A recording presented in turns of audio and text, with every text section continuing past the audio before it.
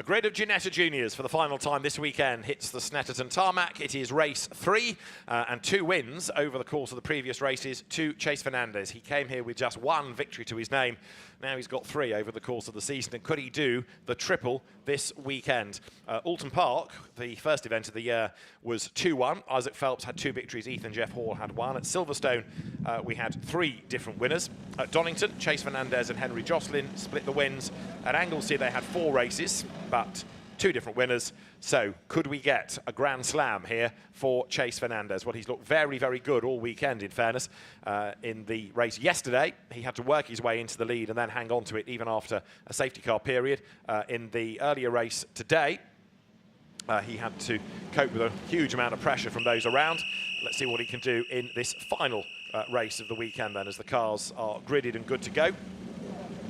In a moment or two, they will have the instruction to set off then behind the pace car for this formation lap, and it is Chase Fernandez on pole position with this result based on the or this grid rather, based on the result of race 2. Chase Fernandez, Ethan Jeff Hall therefore on the front row of the grid, and Henry Jocelyn, you can see number 26, and Aflie Slater, who was on pole after qualifying, lining up behind.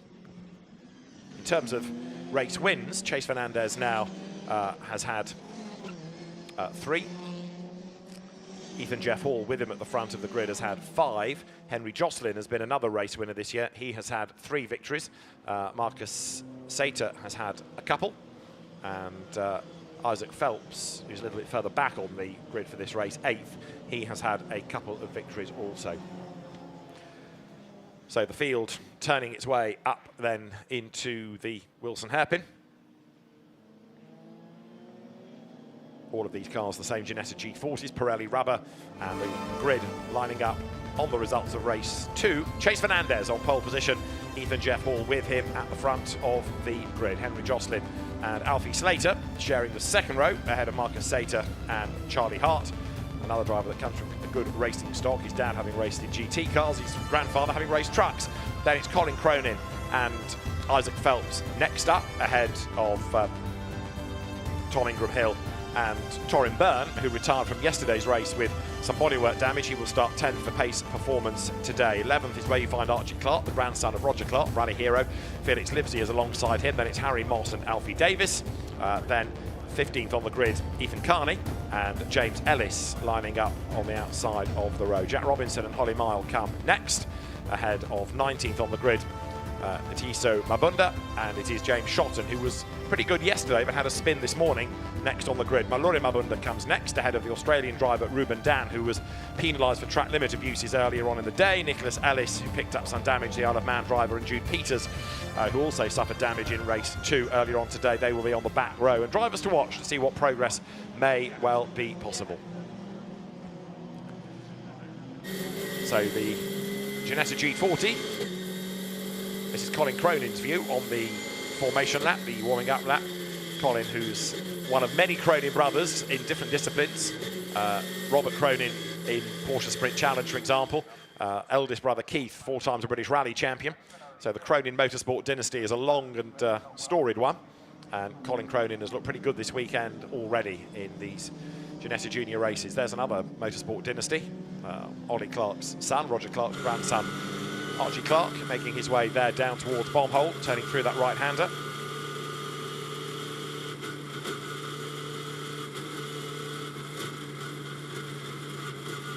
The field getting themselves ready for a grid start. The other 2 Ginetta categories for the G56s, both running from a rolling start, but it's a standing start for the Ginetta Junior Championship. Down then towards the end of the lap comes here 75, Colin Cronin. All these drivers 14 to 17 years of age. It has always been a hugely competitive category. It has delivered plenty of stars, whether to go touring cars, single-seaters, in the case of Lando Norris to be a Formula 1 race winner, or GT racing. But every year a fresh intake comes into Ginetta Junior racing, and it's going to be fascinating in a few years' time to look at this entry list and see where some of these names have ended up. Chase Fernandez then, the driver from Oldham, coming up onto pole position. 25, Ethan Jeff Hall, 5 times a race winner, then the championship leader on the outside of that staggered front of the grid. And so the last few cars will drop into place. Again, it's 20 minutes rather than a set number of laps. It's a timed race, although it may well be that, depending on the track position of the cars against the clock, they can squeeze one more out of it at the very end. So sort of 21.5 minutes you might end up with. It is a long lap around here, as we saw yesterday, with laps around about the 2-minute 20 mark. But everybody, I think, is good to go. 20 minutes of Ginetta Junior action. Their last race of the weekend is about to get underway. It is round 16 of the championship. It is 20 minutes ahead of them, and the lights go red. That means, as the engine notes rise, now it is blast off. Good getaway by Fernandez.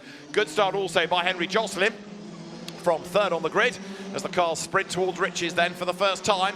Ruben Dan in the yellow car has made a decent start. To the outside line goes Ethan Jeff Hall in 25. The grey and pink car goes around the outside of Henry Jocelyn, tries to get onto the back of teammate Chase Fernandez as they squeal their way up through riches. There was a bit of leaning in the pack, and one car was being helped sideways, I fear, but they've all managed to get away with that as they come almost 3 abreast up towards the Wilson hairpin. Fernandez, Jocelyn, Jeff Hall, that's the top 3.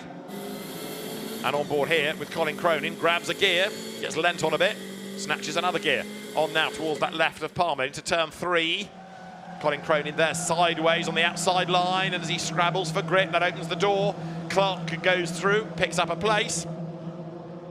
Chase Fernandez, race leader, Henry Jocelyn behind him, and then in third spot, Ethan Jeff Hall as they hit the brakes, come now down into the hairpin. Whoops, drama in the background, that's Clark going off the road.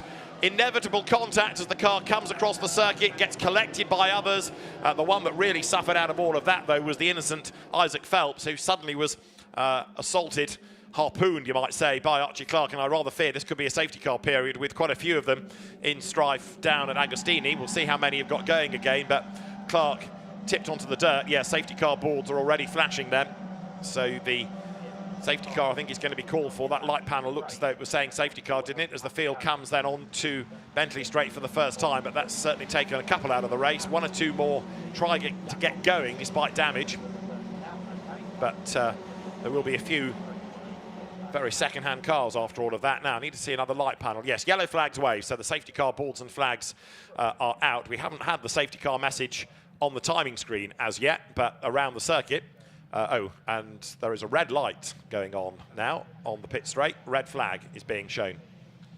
So the race is being stopped, in fact, rather than being allowed to continue, albeit under controlled conditions. So a red flag is the result. And when we resume, it should be from the original grid, but there will be some gaps. So the drivers come through quorum and will slot into position. So that's been quite a lot of clearing up to be done, because with a long lap like this, you wouldn't ordinarily think that it needed to be interrupted. You'd still get enough racing time in, but their drivers frustrated, disappointed out of their cars, and their Torin Byrne, he was one of the innocent parties in all of that, very, very upset that his race has come to an end. And it all started, as we saw, with Archie Clark getting fired onto the grass, and as he came back onto the circuit, not only did he collect Isaac Phelps' car, but then that triggered others having to swerve around him or not being able to avoid him, and quite a little bit of contact, the net result. So the field comes to the grid. There is another of the drivers that was caught up in it, that being Alfie Davis, the Preptech UK driver. So another one out of the race. Driver's okay, but car's not easy to be moved. So the field has stopped, and the marshals, I think, on instruction from race control, will bring them forward into that original grid order. Then we'll try and work out where the gaps are.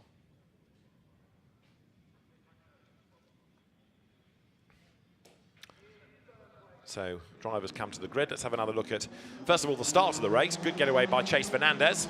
He was able to storm away and cover off that inside line where Henry Jocelyn tried to find a way through. On the outside line, 25 there, Ethan Jeff Hall. Now have a look as the cars turn through riches. There was another one sort of mid-pack that got tapped sideways. Yes, I think possibly Archie Clark was involved in that. They survived it. It might well have been Torin Byrne's car there that got hooked up in it. But that bit was okay. Turn 2 was all right. Turn 3, we had Colin Cronin get sideways. And here, yes, Clark got hit from behind, didn't he, by Torin Byrne, I think. That's what put him on the grass. Byrne collected him again. And then around also went 28, Harry Moss. This is Clark. There's the impact from behind. So he was hit by Byrne, and then there's just nothing he can do. He comes back onto the circuit, into the side of Phelps, gets whacked a second time. And with cars broken and parked on the side of the road, that is it. Harry Moss at 28 on the outside with bodywork damage already, getting caught up in it. And with cars and debris all over the road, inevitably, the race has to be suspended.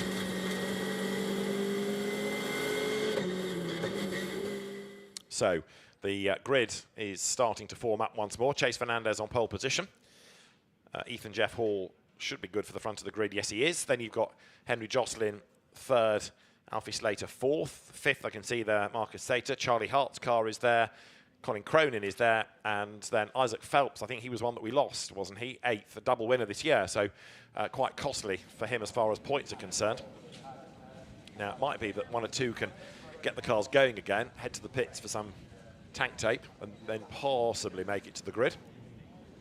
Ethan Jeff Hall, the championship leader, coming into the weekend, sitting on the outside of the front row. It's from midfield and back, isn't it, where the gaps are? No, 35, Isaac Phelps is there, so he's made it back.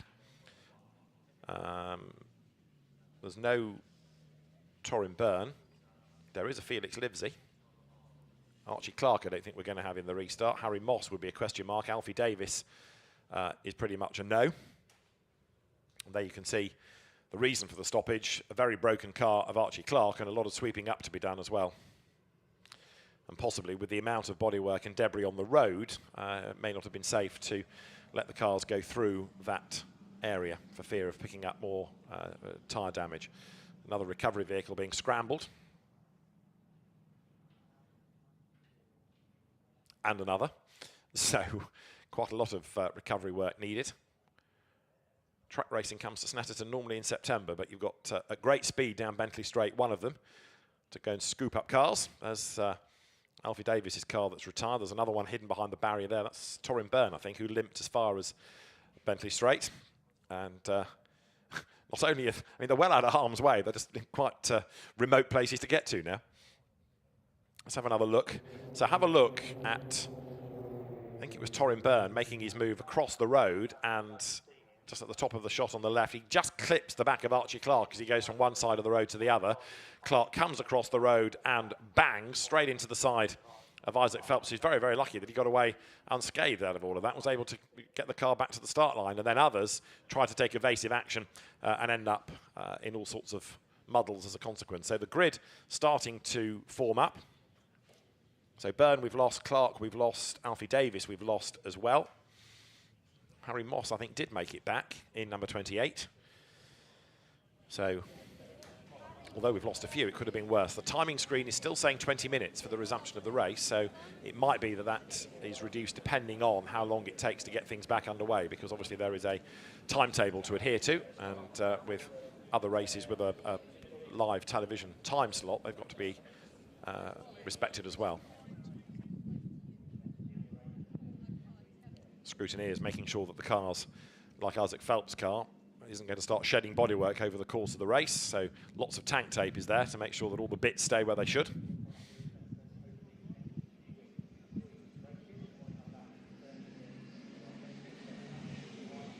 And there, Alfie Davis stands forlornly by the side of his car, waiting for it to be retrieved. And the fans overlooking that section of the circuit got more than they bargained for there. It was quite a big whack, that. So as the drivers await the resumption of the race, with Marcus Saeter on the 5th rank on that grid, a double winner this year, gets set for the restart. And one of the R Racing fleet, one of the top teams within the Ginetta Junior ranks.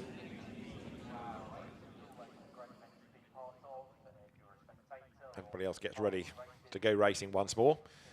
Fans and also families, of course, in Ginetta Junior Racing, all keeping tabs on what's going on. So the Ginetta Junior Championship, that's always generated very competitive racing, and once more generates action aplenty, doesn't it? Although perhaps for the wrong reasons this time. There is 27. That is Alfie Slater. His elder brother Freddie, one of the real stars of Ginetta Junior racing before he went last year, having mopped up in this championship into Formula 4, and was also very, very impressive in the Formula 4 race at Macau last year until he had a little gremlin that halted the car heading up the hill and he lost places. He did get to the end of the race, but the result wasn't what he expected. Charlie Hart, third generation Hart racer. He's on the grid, having had 5 second places on the bounce at the very start of the season, but still looking for that somewhat elusive first win. And starting for this third race of the weekend, 6th. It's not going to be easy, but a podium might be possible, but more than that, I'm not sure.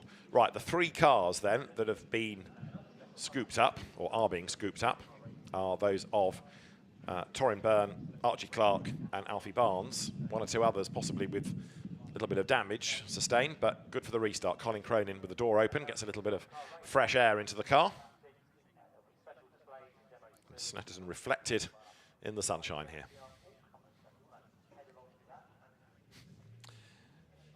So at the back of the grid, the last few cars have all returned from that somewhat fractious first lap. This is another look at what happened. Clark hit by Byrne. Moss had already got the flapping bodywork at the front of 28. Big impact into the side of Isaac Phelps.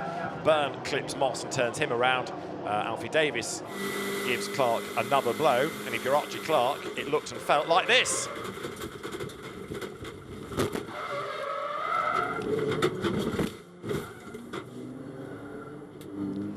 So broken cars, debris on the road. That was Moss getting into the back of Felix Livesey. That's what did, I think, for his bodywork. Suddenly Clark's car appears in the way. Colin Cronin did a good job to avoid all of that. And so, as a legacy, we've got a somewhat depleted grid. I wonder whether James Ellis might be on the grid, or if he is, he might be in the wrong place, but there's another gap a little bit further back there as well. So maybe that 1 or 2 cars are slightly out of position. But the grid is formed. 12 minutes now on the clock for the restart of this race. And again, whether or not that is going to be a racing 12 minutes or 12 minutes including the formation, that we'll have to wait and see. It rather depends how long it all takes to retrieve the cars from around the circuit, because time is being lost all the while here. Chase Fernandez, man on pole position. Looking forward to getting back racing and see whether 3 out of 3 is achievable this weekend. So it's been a very impressive start to the weekend with 2 out of 2 and 1 more race to go. The youngest ever winner in the history of the Ginetta Scholarship was Chase Fernandez, just the day after his 14th birthday. Whistle blows, which suggests engines are about to fire. 1 minute board displayed. Last year, Chase Fernandez took 4 wins in this championship and looking to move ultimately to touring car racing, although he does then say that he would like to race at Le Mans. His father was a karter in the 1980s, and the Oldham-based Chase Fernandez then on pole position, just out of shot. So a green flag is imminent. Away they blast.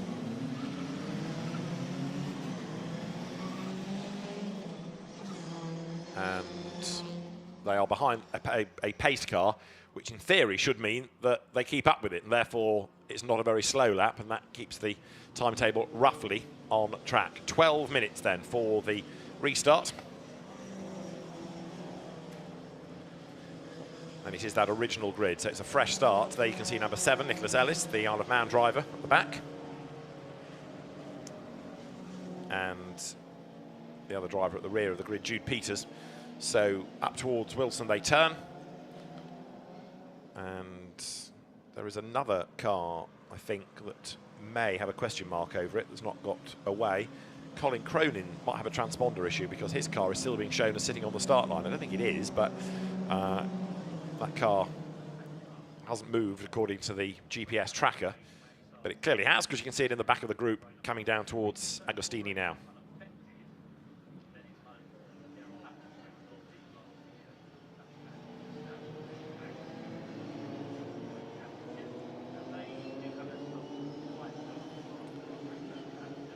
So this is the incident zone from that first lap of the aborted race. They turn their way through now.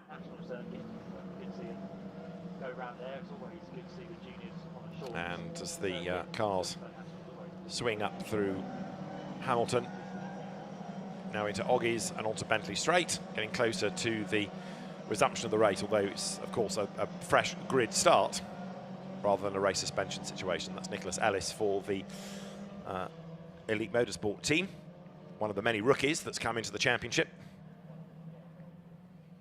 Ethan Jeff Hall, the championship leader, a very successful karter. Henry Jocelyn lining up third on the grid, whose father used to race Minis and Formula V a good few seasons back.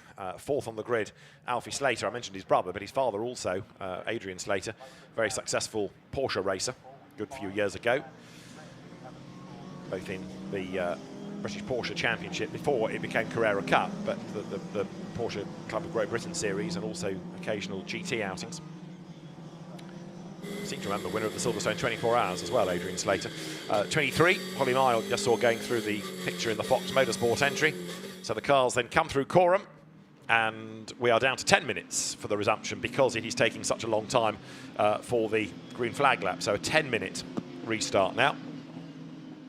So 5 laps, give or take, might even be less. We'll find out. Here they come, up to the grid. Any advance on 10.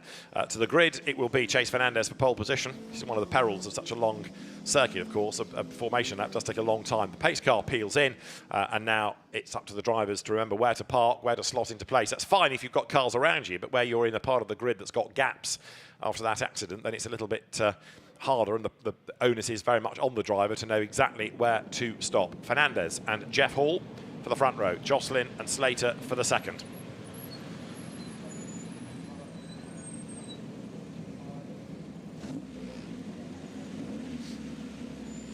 So Chase Fernandez focuses on the lights, but he's got to wait yet for the very back of the grid to slot into place.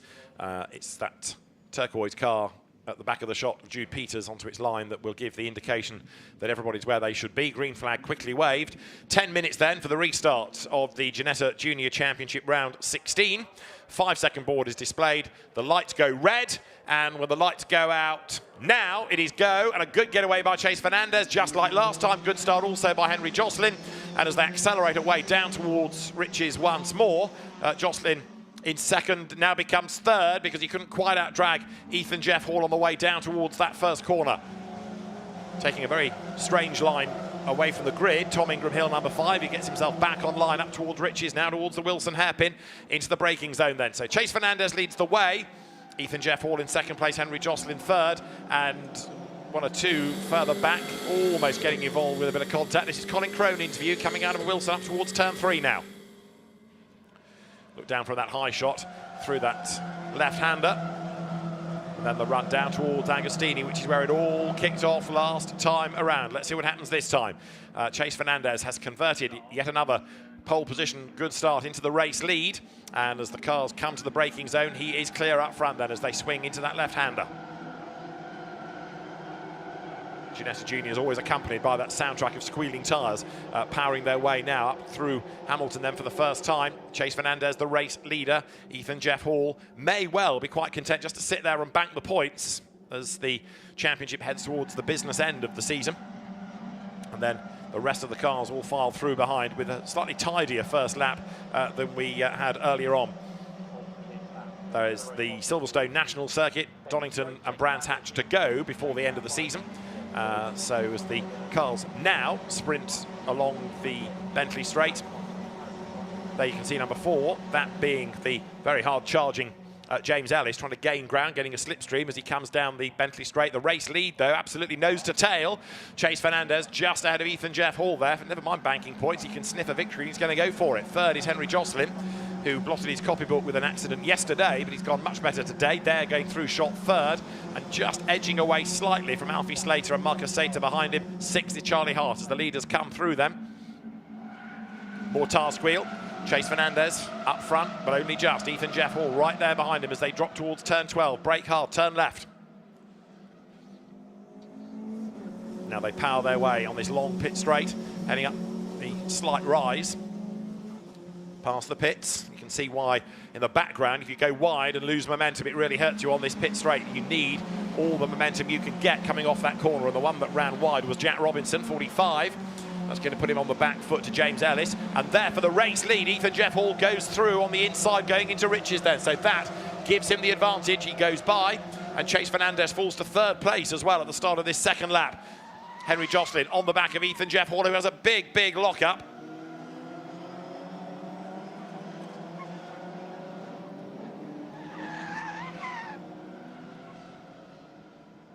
So the race leading order, Ethan Jeff Hall ahead of Henry Joslin, and then in third place now it is Chase Fernandez. All of that having happened at Riches on that second lap. Fernandez tries to fight back on the outside line. Henry Joslin right there behind Ethan Jeff Hall. Fernandez does go back ahead for second place, but the danger is he's hung out to dry on the outside line, and he does get run out way wide. That'll probably be another finger wag for track limit offences, because he was very much on the weeds there, but he's come out of the corner in second place as well. So Chase Fernandez not giving up. Quite a big gap has opened up, though, between that leading group and then ninth place, where you can see Harry Moss, Tom Ingram Hill battling amongst themselves. Marcus Saeter, 67 in fourth place, just ahead of Charlie Hart as the leaders hit the Bentley straight once more then. There, Ethan Jeff Hall leading. Chase Fernandez looking for that triple, but now it's a little bit less likely to happen, isn't it, with 6 minutes on the clock as well.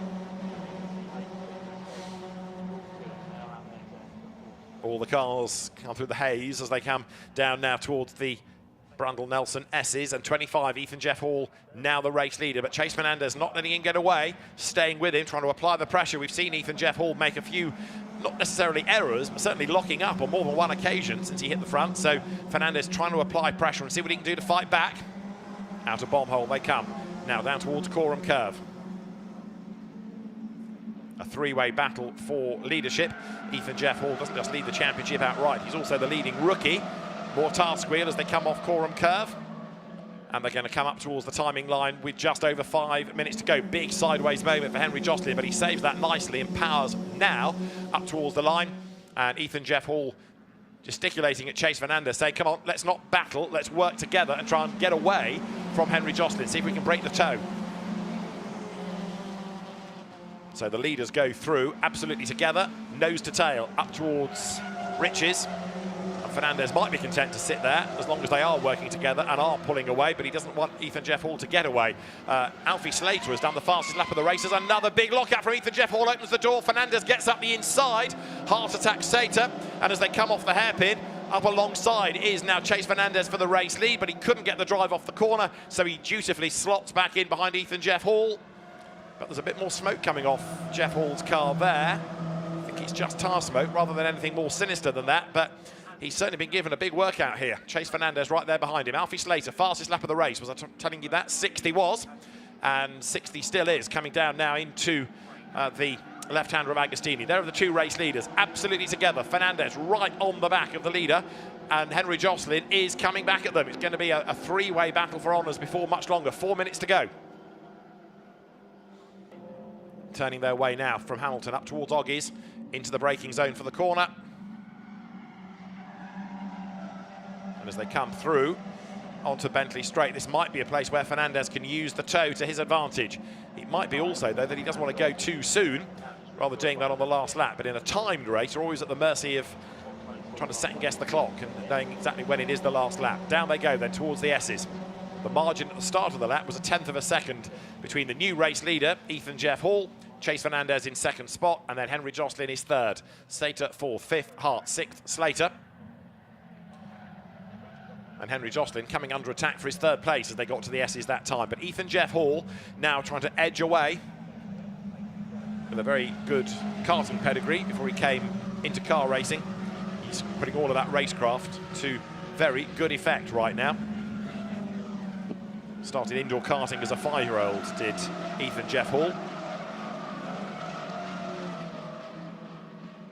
And comes then down out of turn 12, heading up towards the timing line. He's not getting away, but equally, that line for the race lead is growing. It's up to 5. Alfie Slater, slightly head-scratchingly, has dropped off the back a little bit, but as they come over the timing line, Ethan Jeff Hall goes through, and we're going to get 2 more laps out of the race here, because they will be about 20 seconds on the clock when they come over the line. So that's possibly good news for Chase Fernandez. It gives him more options. Henry Joslin has now done the fastest lap of the race as he plays catch-up. And 31 there, Felix Livesey makes a really nice move, heading up the inside to get past Colin Cronin. And a change for the lead, because back through goes Fernandez up at the Wilson hairpin. Lap 4.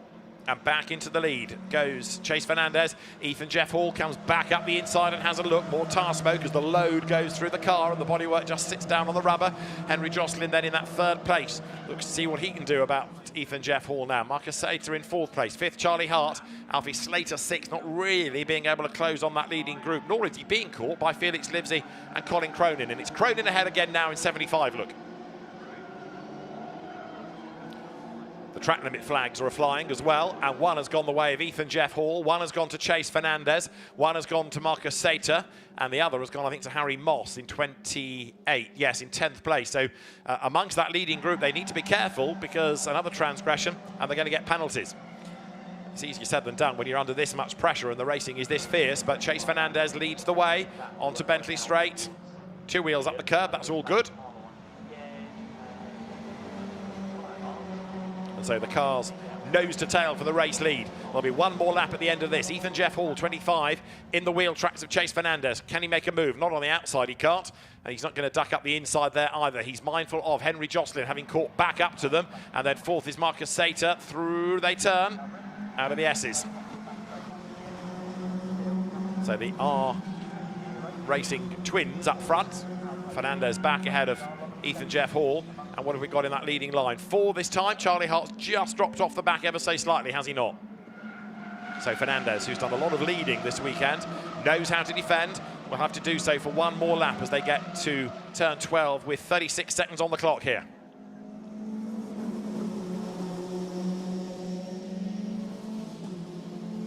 Up to the timing line they come. The boards are ready as the mechanics wait for the cars. Ethan Jeff Hall, his pit board goes out. He's on the tail, now alongside Chase Fernandez onto the last lap. In the background, Charlie Hart catching back up again to the 3rd, 4th battle. And almost side by side coming off Riches. Meantime, look at that for 3rd. They are side by side. Saeter on the inside, Joslin on the outside. And Marcus Saeter goes through for 3rd place.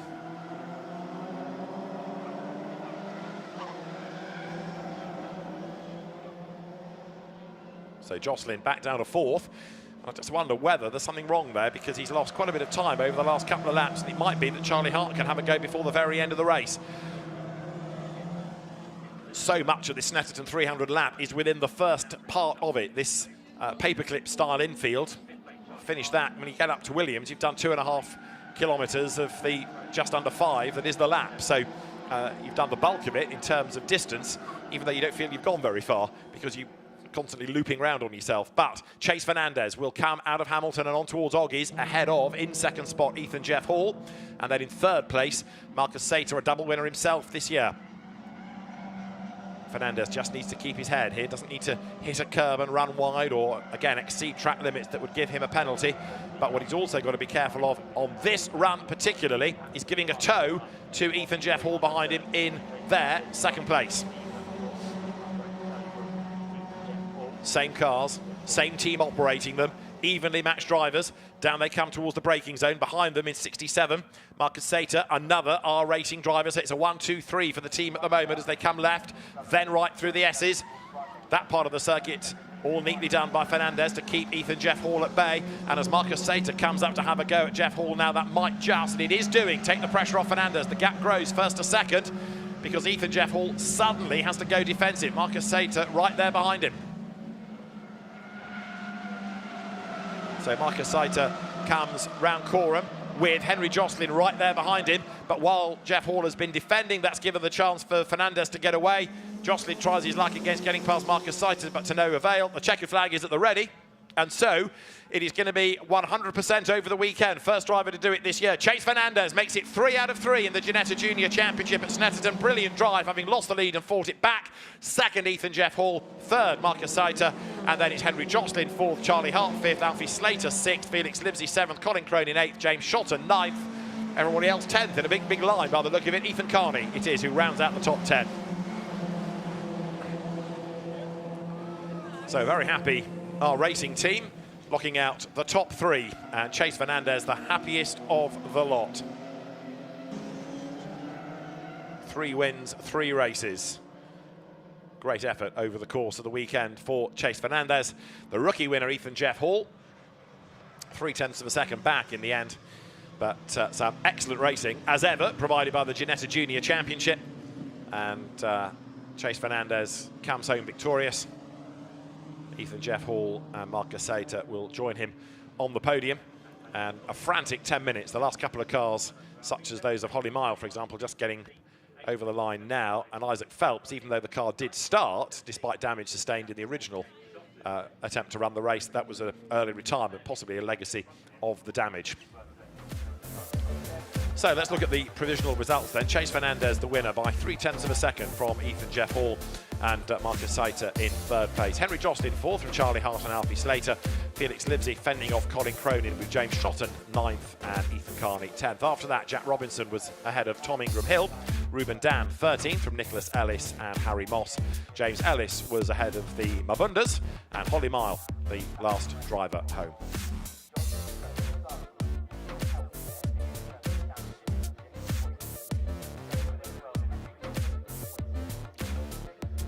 So a very happy Chase Fernandez taking race honours, and 3 out of 3 is no mean feat when it's a one-make category and the racing is as fierce as this. A 10-minute restart, but 10 frantic minutes of racing.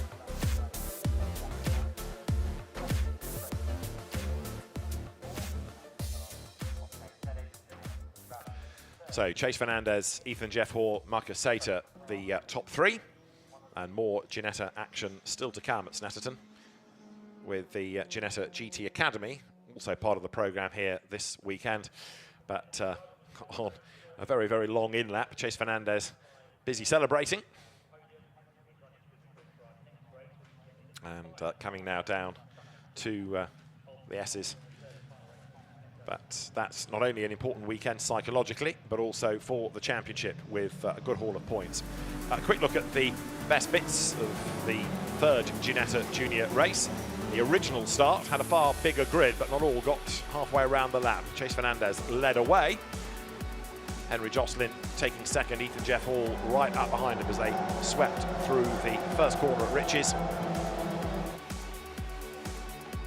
A little bit of contact in the pack, but worse was to come when they got as far as turn 4. Chase Fernandez, though, led. Henry Joslin 2nd, Ethan Jeff Hall in that 3rd place. The cars managed to wriggle their way down towards Agostini. But that's where Torin Byrne got into the back of Archie Clark and sent him onto the grass. Clark coming across the road and clobbering Isaac Phelps, and then being hit himself again by Byrne and by Aflie Davis.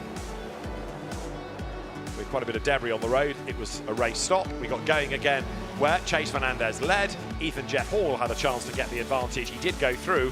Fernandez fell to 3rd, but fought back impressively and retook the race lead and was therefore able to come through for a 3rd victory of the season. The move for 2nd came around the outside of Agostini, and then he was able to pick his way back into the race leads, despite having to go rally crossing coming out of Agostini. And it was here, under braking, going into Wilson, that he made that move. Ethan Jeff Hall gave him the gap, and Chase Fernandez needed no second invitation in order to take a 100% strike rate at Snetterton. 3 race wins for Chase Fernandez, who is most definitely back in the mix in the championship.